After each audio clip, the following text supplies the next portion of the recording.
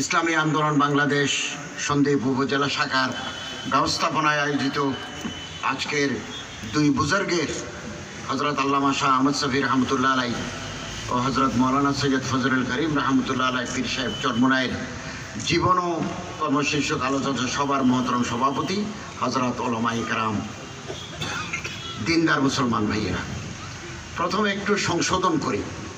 আমারে আপনারা লিখেছেন আল্লামা শাহ আহমদ শফি সাহেব রহমতুল্লাহের খলিফা, একথা সত্য নয়। আমি হজরতের মুরিদ, হজরতের ছাত্র। আমি হজরত জমিরুদ্দিন সাহেব নানুপুরের খলিফা, মাজাজ এবং বাইয়াত। তো এটা ভুল বুঝাবুঝি হয়, এগুলো নিয়ে নানা কথা হয়, একটু জেনে শুনে এটা করা উচিত ছিল। যাক, সংশোধন করে দিলাম। আগামীতে আল্লাহ তাআলা আমাদের আরও বেশি কাজ করার তৌফিক এনায়েত করবেন।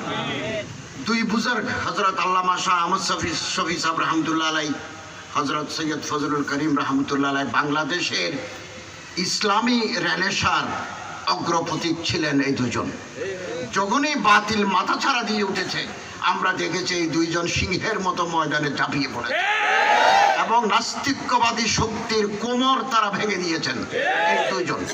এবং আমি আজ থেকে বহু বছর আগে 92 সালে আমি কলেজে শিক্ষক হিসেবে যোগ দিয়েছি।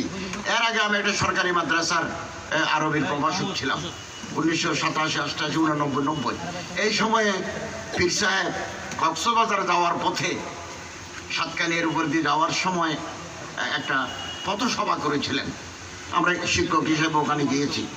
হজরত মাত্র আধা ঘন্টার তকরিরে পুরো মজমাকে তিনি একেবারে কান্নায়, পুরো মজমা তার ওয়াজ শুনে কান্নায় ভেঙে পড়েছে এবং মানুষের দিলকে আল্লাহমুখী করার প্রয়াস চালিয়েছেন সারা জীবনে।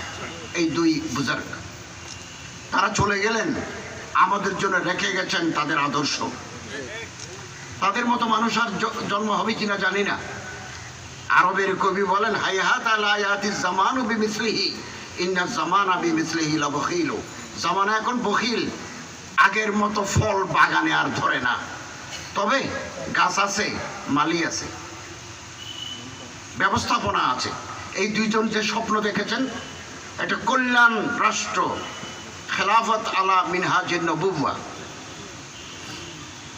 খোলাফায়ে রাশিদিনের আদলে একটা কল্যাণ রাষ্ট্রের স্বপ্ন দেখেছিলেন। আমাদের দায়িত্ব হচ্ছে এই দুই বুজুর্গের নকশকদম মধ্যে চলে এই আন্দোলনকে পায়ায় তাকমিল পর্যন্ত পৌঁছানো। এবং আলহামদুলিল্লাহ দুটো সংগঠন দুজনে জন্ম দিয়েছেন। জন্ম বলা ঠিক হবে না। আহমদ শফি সাহেব রহমতুল্লাহ আলাই হেফাজতের জন্ম দিয়েছেন এবং হজরত মৌলানা সৈয়দ ফজলুল করিম সাহেব আগে থেকেই সংগঠনের উনি মুদির হিসাবে, আমির হিসাবে কাজ করে যাচ্ছেন।